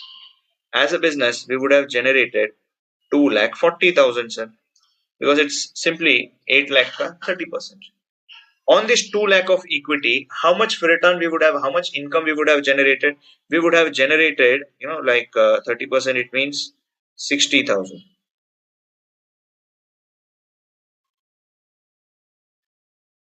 Right? So return on capital employed is 2 lakh 40 on the other side and 60,000. So on equity funds, we generated 60,000. On debt funds, we generated 2 lakh 40. This 2 lakh 40, I am not supposed to pay to the debenture holders, because these debenture holders are not asking me for entire 30%. They are asking me for interest only at 10%, sir. So out of the funds that I have generated, 8 lakh, on that I have to give just 10%, which is like, sir, just pay 80,000. Just pay this 80,000. So you are left with like 1 lakh 60,000. Now tell me, whom do this 1 lakh 60,000 belong to? Because whatever interest you have to pay, that is what you have paid. After that, whatever funds that you have balance in your books, in your hand, that is not anymore payable to the debt, because the fulfillment is done with regards to the interest. So this income belongs to whom? this income of 1,60,000 belongs to whom? Does it belong to the equity shareholders? Yes, sir, it belongs to equity shareholders, because whatever is the surplus, that has to be given to the equity shareholders. Okay. So since it is, this is like attributable to equity shareholders, since this is an income for equity shareholders, so we need to pay the tax. Now tax at the rate of 30%, so 1,60,000 into 30%, that should be like 48,000 tax you pay over here, and on this side you pay 18,000 as the tax, right? And after payment of taxes, you find that here we have 42,000 and here we have 1,12,000. 42,000 and 1,12,000, right? So if you see total return, total profit after tax which we had, that was this 54,000. Now if I ask you to distribute this 1,54,000, I can say, so this 1,54,000 is 42,000 plus 1,12,000. So on this 42,000, or I can say total PAT was this. So our return on equity was this 1,54,000 divided by 2 lakh, because 2 lakh was the equity shareholders fund. This 2 lakh was equity shareholders fund. So this is the income for equity shareholders. This is the equity shareholders fund. So this divided by 2 lakh, if you just distribute it, you'll find that 42,000 divided by 2 lakh plus 1,12,000 divided by 2 lakh,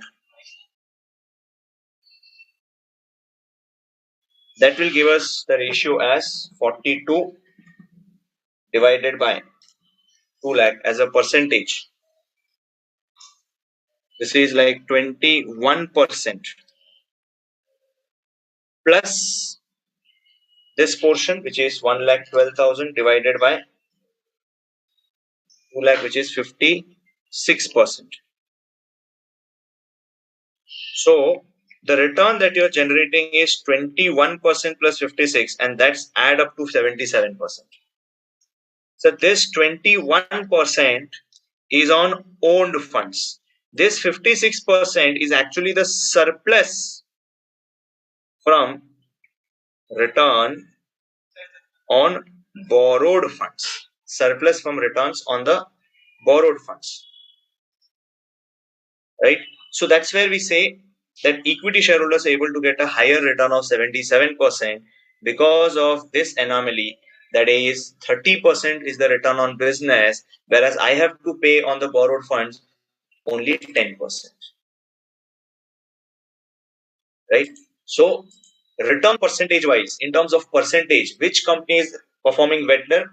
Of course, a company R, because it is giving a higher return to it. Now, does this mean that every time the company R is going to perform better? No. Remember, company R is performing better because you are getting funds at a cheaper rate and you are employing at a higher rate. What will happen if you go for a reverse scenario? So if you are going to have a reverse scenario, then let's just think about what's going to happen.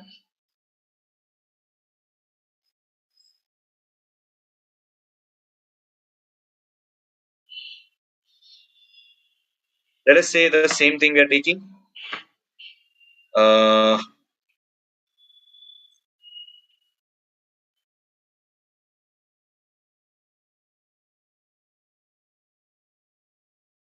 we're talking of,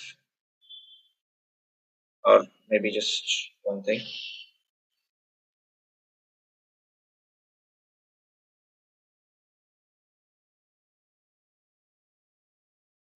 Yeah.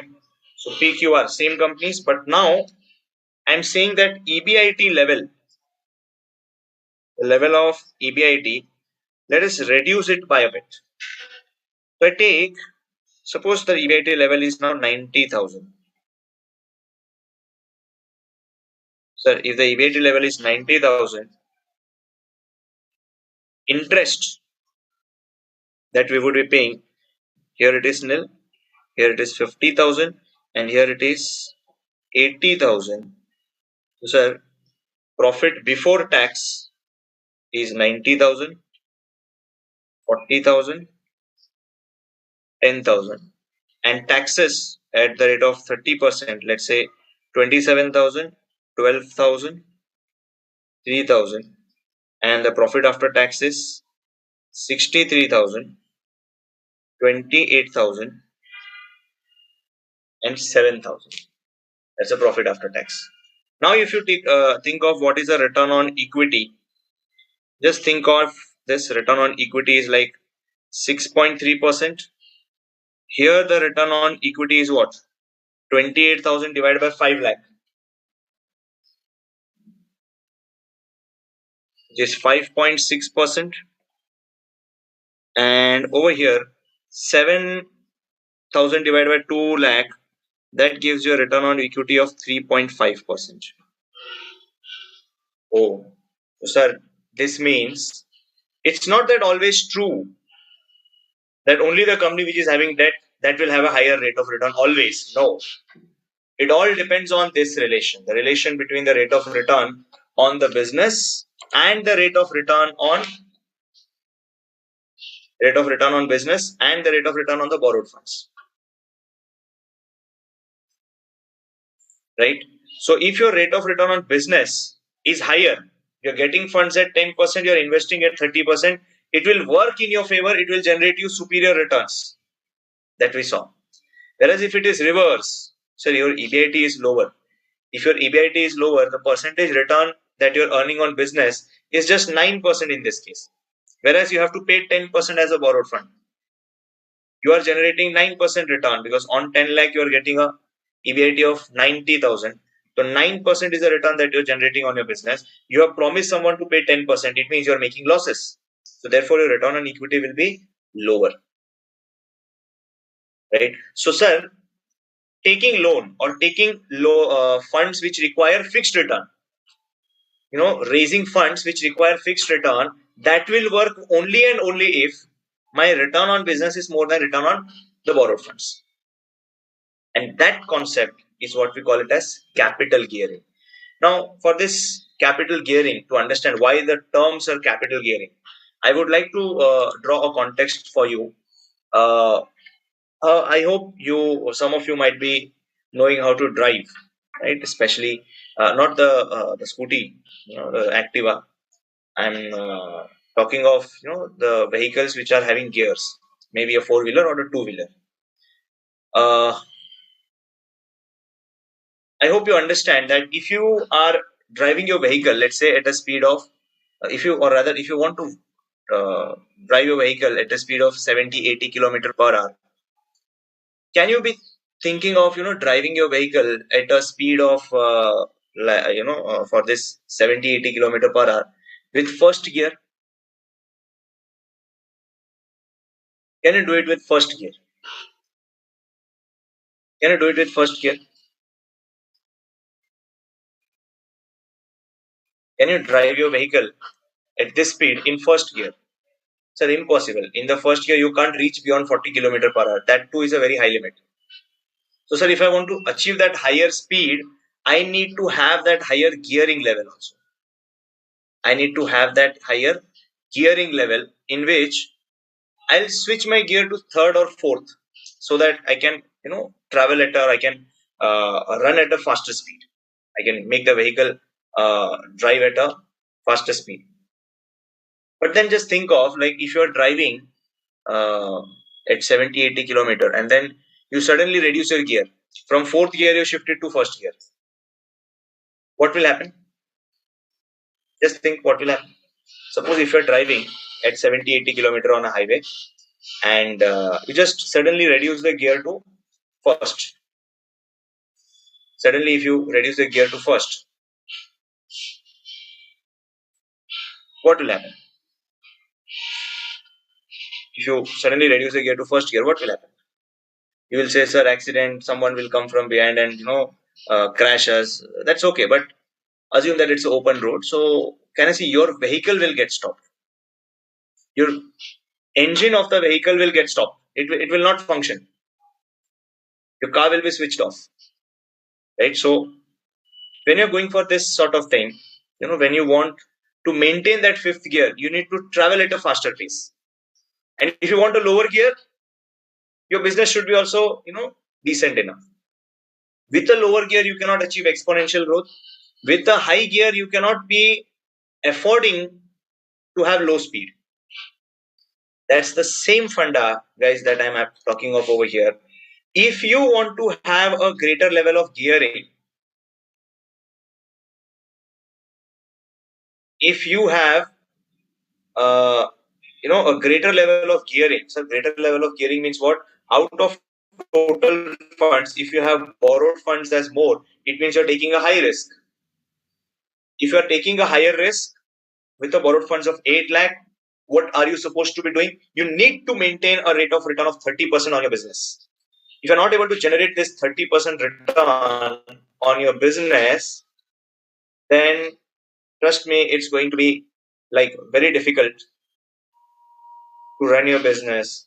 Like we can see over here, the returns for the equity shareholders are exceptionally low. So to have a high gear, I draw an analogy over here with the capital gearing. In vehicle, if you want a high gear, you need to have that high speed. In finance, if you want to have a high gear, it means I want to take borrowed funds. You need to have a high speed. High speed means what? You should be having a greater return on your business, or I can say your EBIT should be very strong.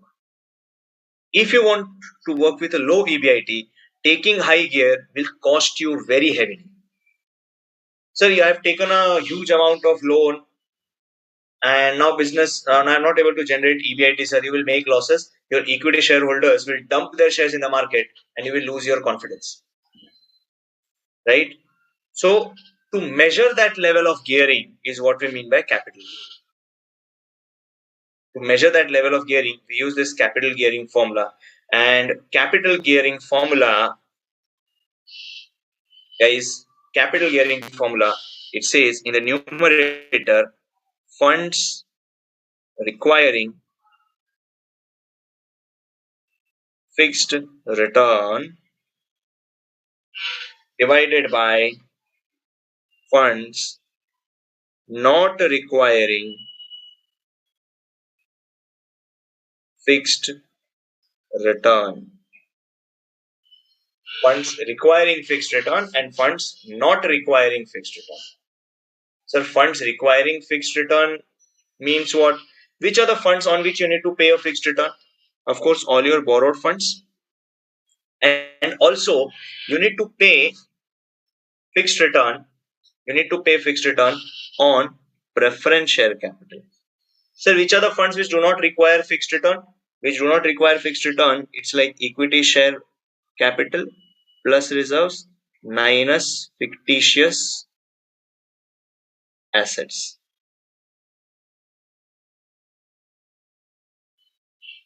Okay. So this number is going to tell you what is the level of gearing. Right? If you have like 1:1, if you get this answer as 1, it means you are in the first gear. Right? First gear means lesser risk. If you have this as 0 and entirely this amount, so gear is 0, it means no risk at all. So understand, capital gearing ratio, a higher capital gearing ratio will make your long-term solvency lower.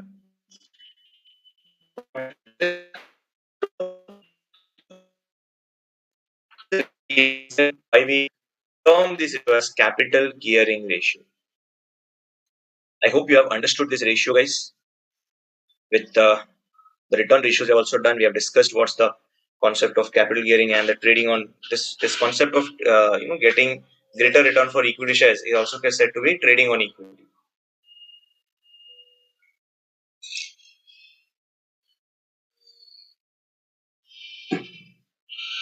Right? I hope you have understood this formula with logic, guys, not with magic. don't remember any of these formulae with magic that we will mug it up. We'll have the formulae, sticked in front of my bed, or maybe on the ceiling. You will just stick it so that you'll look at it every day and then you will remember it. But trust me, guys, if you perform any of these things, you may end up getting confused. So it's always better to remember this with logic, so that in exams also you won't get any level of confusion for this capital, or for this typical ratios. So there won't be any confusion if you remember them logically. Okay, guys. So we're done with capital gearing ratio. Yep. So capital gearing ratio done. We have done the return ratios also. Now comes the next point. Uh, in which we say that long-term solvency, we should also consider, are we really capable to pay the dues on time, and how to measure that ability? How are we going to measure that ability of the firm the ability of to payment of the dues on time? Now that payment can be the interest or the principal or the preference dividend, right? So we are going to typically connect with some uh, sources of funds, some, not some sources, some measures to identify whether a particular company is capable or able to pay the dues on time. So for that, let's consider again an example. Let's say there are three persons.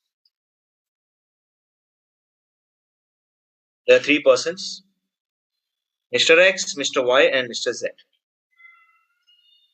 Salary of Mr. X is 1 lakh.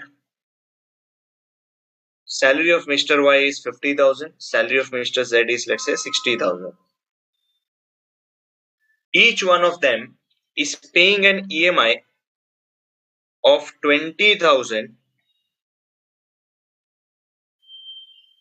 on their loan. So they have taken some loan, and on that they are paying EMI of 20,000. Now, which of these three persons? Tell me, which of these three persons are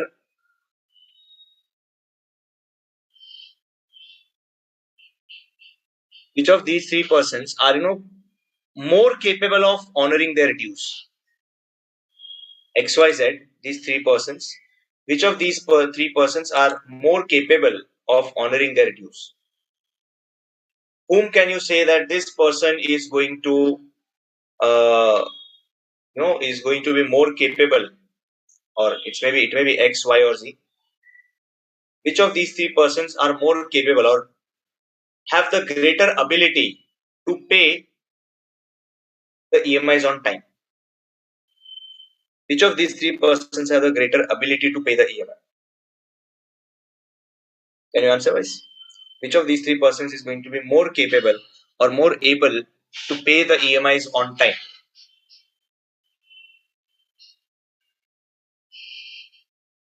For that, to measure that EMI, guys, to measure that capability, we will say to pay EMI, we need the income. So I'll simply ask one question, that how many times of EMI is salary? How many times of EMI is salary? So I'll say, sir, in this case, in case of Mr. X, his income is 5 times that of his EMI. So this is like 1 lakh divided by 20,000, which is 5 times. So Mr. X has got a capability which is 5 times. Mr. X is capable 5 times of its EMI. or I can say X is having income which is 5 times of the EMI due. About Mr. Y, you can say, so that's 50,000 divided by 20,000, which is 2.5 times, which means, so this person Y is 2.5 times capable, 2.5 times capable, or I can say his income is 2.5 times of EMI. In case of Z, sir, it is 3 times of EMI. So if I talk to you, sir, if I talk of which one is more capable, sir, company X or that person X is more capable to pay the dues on time. To create that logical impression now, so how do we measure the capability of any entity or any person as to pay the dues on time? We consider in the numerator the income which is available to pay EMI, and in the denominator we pay whatever is the due. So based on this same logic, we have got this certain coverage ratios now. We've got to discuss certain coverage ratios. Right? Now, how do we calculate this coverage ratios? Coverage ratio, it's like interest coverage ratio. So how many? This actually tells me how many times of interest is EBIT. So I want to know that, okay, interest coverage ratio, it means I have to pay interest, but for paying that interest, I should be having EBIT. Because if I have earnings before interest and tax, then only I'm going to pay interest out of it. Then only I'm going to pay interest out of it. So the formula goes as EBIT upon interest, which tells us that I have to pay 1 rupee of interest. For that, how much EBIT am I there? For every 1 rupee of interest, how much EBIT am I having, or how much EBIT am I generating in my business? Right? So obviously this interest coverage ratio has to be greater than 1. If it is less than 1, it means that you are good for nothing. It's like you are not having sufficient inflows to pay the interest. Next is this preference dividend coverage ratio. Now, to pay preference dividend, what we need to have? Do I need to have EBIT to pay preference dividend? Do I need to have profit before tax for paying preference dividend? Or do I need to have profit after tax to pay preference dividend? What should I have to pay preference dividend? What should be my income? Obviously, sir, it is profit after tax, because from that profit after tax only we pay preference dividend. From that profit after tax only we pay preference dividend. That's the preference dividend coverage ratio. Right? Okay. So my ability to pay preference dividend is pat upon preference dividend. Okay, there is someone who is asking that, sir, debenture holders are to be paid even in case of loss. I agreed, it has to be paid even in case of loss. But if you don't have cash, where will you go? Your ability to pay cash will get reduced. You will have to liquidate your assets. The debenture holders will, they'll file a case against you that this company is not paying the, dues on time. Please liquidate them. The court will order liquidation of your company. So that's going to be a very risky task. So I'm not discussing those actions. I'm saying if your EBIT is less than interest, you don't have the capability to pay the interest, or I can say your income is not sufficient to pay the interest. Well, sir, in that case, sir, interest, or I can say this EMI, even if your income is zero, you have to pay EMI. What if you don't have income? Bank will come and it will take away your home. They'll seize your home, forfeit, freeze. Right? But I'm talking of the ability to pay. I'm not saying that you're defaulting. I'm saying it's the ability to pay. Now, next is fixed charge coverage ratio and debt service coverage ratio. First, let us consider fixed charge coverage ratio. Fixed charge coverage ratio, it tells us how capable we are to pay interest as well as the principal due.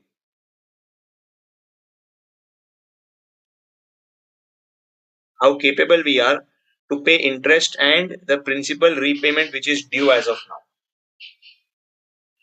So, sir, debt service coverage ratio, it tells us how much capability do we have to pay the interest as well as the principal payment. Sir, what should be my numerator? Numerator, obviously, sir, I have to pay from my EBIT only. I have to pay the interest and principal from my EBIT only. But the thing is, sir, EBIT includes certain non-cash expenses also. EBIT includes certain non-cash expenses also. So that is not my cash which I have to pay the. No, that's not the amount of cash which is available with me to pay off the debt. So I need to add back depreciation to it. So I add back depreciation which I would have subtracted by computing EBIT. I would have subtracted depreciation while computing earnings before interest and tax. I add back depreciation to it. So EBIT plus depreciation, that's a cash inflow. That's a cash inflow which the company is generating, and that needs to be divided by interest plus principal due. Okay. Now, debt service coverage ratio is an even more refined version of fixed charge coverage ratio. Debt service coverage ratio also talks of how capable you are to pay interest and the principal repayment due. This also talks about the interest and the principal repayment due. But in a numerator, instead of saying EBIT plus depreciation, they give a comprehensive definition. They say in the numerator, you should be having earnings available for debt service.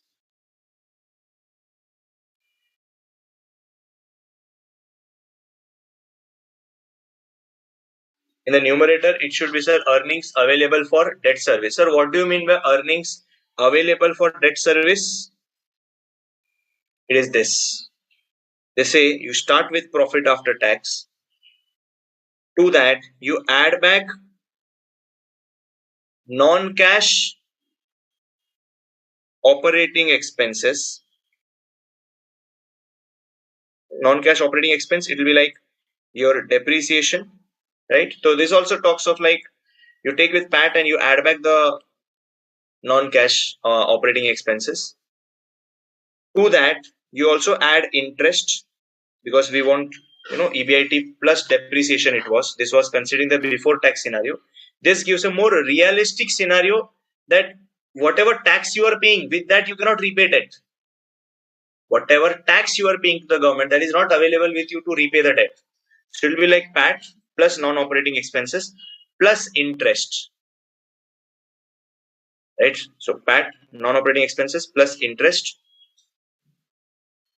And of course, I need to do other adjustments. So what do you mean by this other adjustment? Other adjustment means whatever is your non-operating items,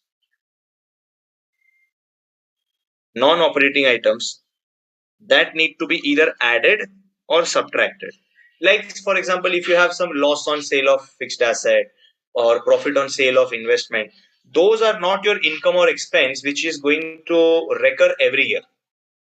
Those are not your income or expenditure that's going to recur every year. In fact, those are the that's things which are like very non-recurring items. Those are non-recurring items, so that adjustment needs to be done. And this is what your operating cash flow is. That same operating cash flow is earnings available for debt service.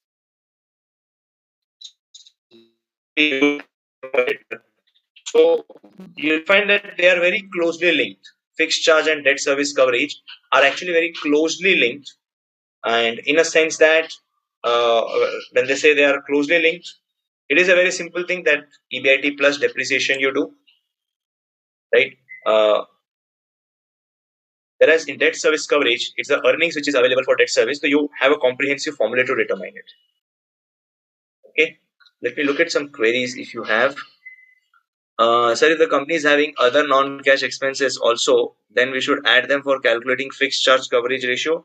Not for fixed charge coverage ratio, it is for debt service coverage ratio. So why do we consider EBIT in formula?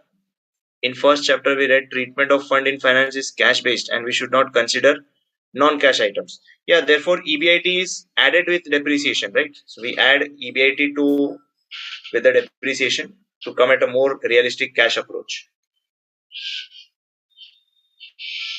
right? So moreover, this EBIT, we are talking of operating EBIT only. Non-operating items are kept away from it. Okay. Debt service coverage ratio, it tells you what is your capability, or this is the income that you have for debt servicing. Income, or I can say earnings or cash that you are generating to service your debt, and in the denominator it's interest plus principal repayment. So when you have your business, you are generating operating profits out of it. Those profits are to be paid for repaying the interest as well as the principal. So how much capable you are, that's the same thing it asks for. Now how much cash you are generating, that is this figure, sir. PAT plus non-cash operating expense plus interest, right? So you start with profit after tax. For example, suppose I tell you by the help of numbers, uh, suppose a company is having a sales. Let me just explain this to you in more detail. Suppose a company has a sales of 5 lakh, COGS of 2 lakh, depreciation of 50,000.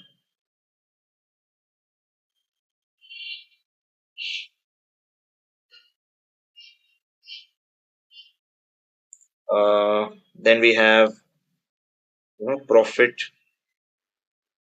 on sale of investment. Let us say 30,000. That will give you your earnings before interest and tax. So this is going to be like 5 lakh minus 70 plus 30. So it's like 4 lakh 60,000.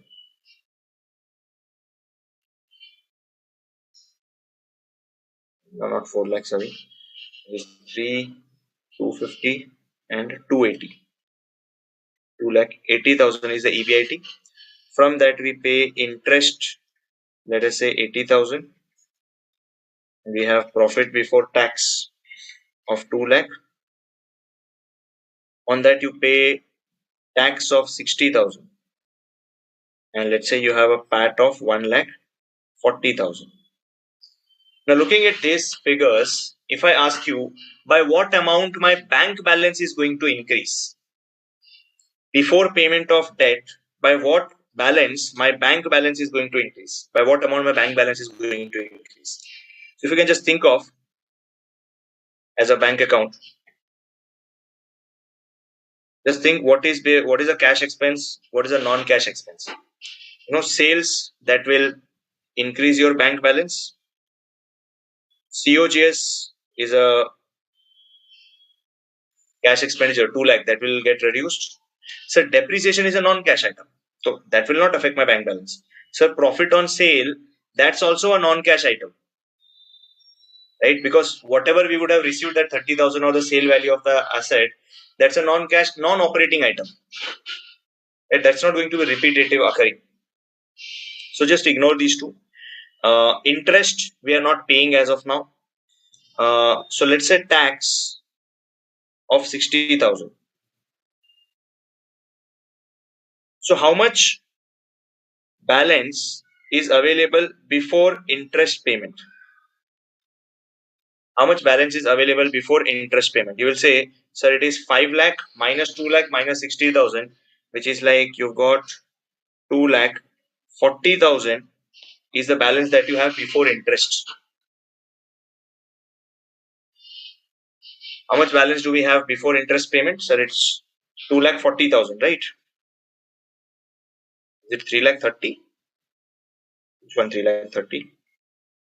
2 lakh 18, this is a profit on sale. This is a positive figure. Yeah.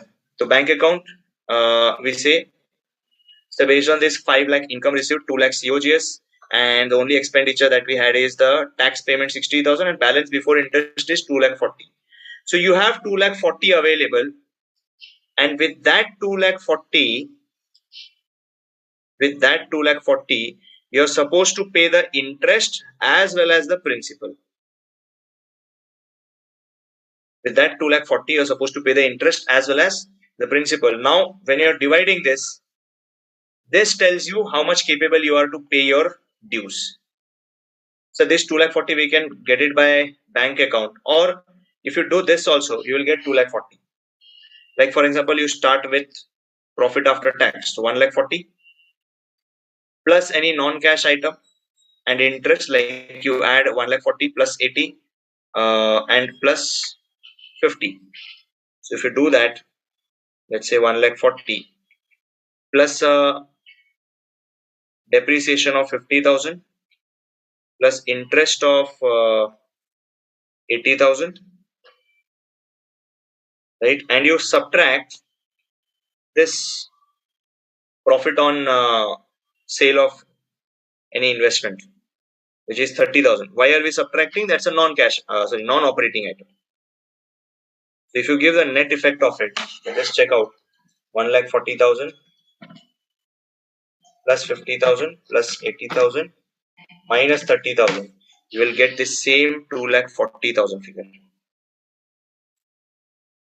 That's the same as this. So this formula of operating cash flow or earnings available for debt service, that actually tells us how much capable we are, or what is the cash available with us to pay the interest and principal, or how much we are covering our interest and principal dues, right? That is what is told by this debt service coverage ratio. Okay. Now one may argue, sir, why are we not considering then adding depreciation in interest coverage ratio, right? This has been, ideally it should be we should add depreciation, but most of the authors that they use interest coverage ratio, that's a primitive formula. Primitively we used to say that whether we are capable to pay the interest. So it's a very primitive formula, so you don't find it to be added with depreciation. So in many books they use the same thing. Certain modern books you will find that there is addition of depreciation, but in our module we have it as EBIT upon interest only, which is telling us that income wise, book profit wise, as per books of account, how much you are capable. But this debt service coverage ratio is a more realistic scenario of capability to pay off the debt and the interest dues. Okay, so next set of ratios are also there, which is one coverage ratio is done. So we have got turnover ratios. After that, we have got certain simple profitability ratios, and then market-based ratios, and then the DuPont analysis. So this entire thing, I don't want to begin with the coverage ratio right now because we have one more session on the same ratio analysis topic. So those ratios we are going to discuss in that class. Okay, so I'll just wait for any queries if you guys have. So I'll just wait for maybe a couple of minutes for your queries to reach me, and then possibly we'll call it a day. With regards to whatever we have discussed today, I have tried to keep the ratios as logical as possible, because as I said at the very inception, I don't want you to by heart any of them.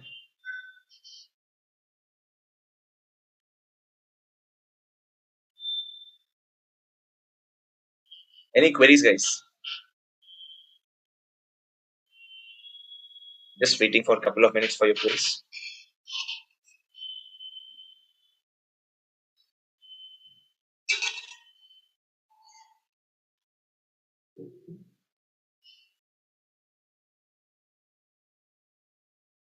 Please upload the PDF of last lecture. I have uploaded it. I have uploaded the PDF of last lecture, guys. You can check on the portal.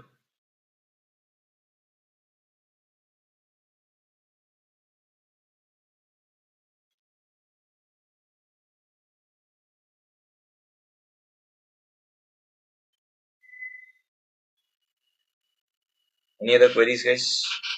No doubts, all clear. Thank you, sir. Okay.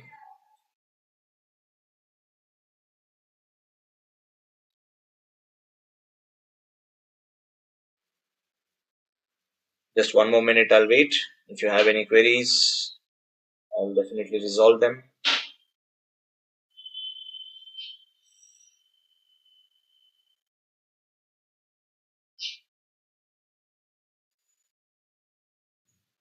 Direct questions will be asked. No, dear. It will be, you have to prepare some balance sheet and P&L. In the next class, we'll be definitely doing those questions. Interest on short-term debt to be considered in debt service. Yes, short-term debt. All your interest should be considered. Will you upload these notes? Yes, surely. Already attended your previous batches. They're okay. Thank you. Some of these ratios were taught in 12th standard, but we were never told the logic behind it, but understood it logically, made it easier and interesting. Thank you, everyone. Thank you so much, guys.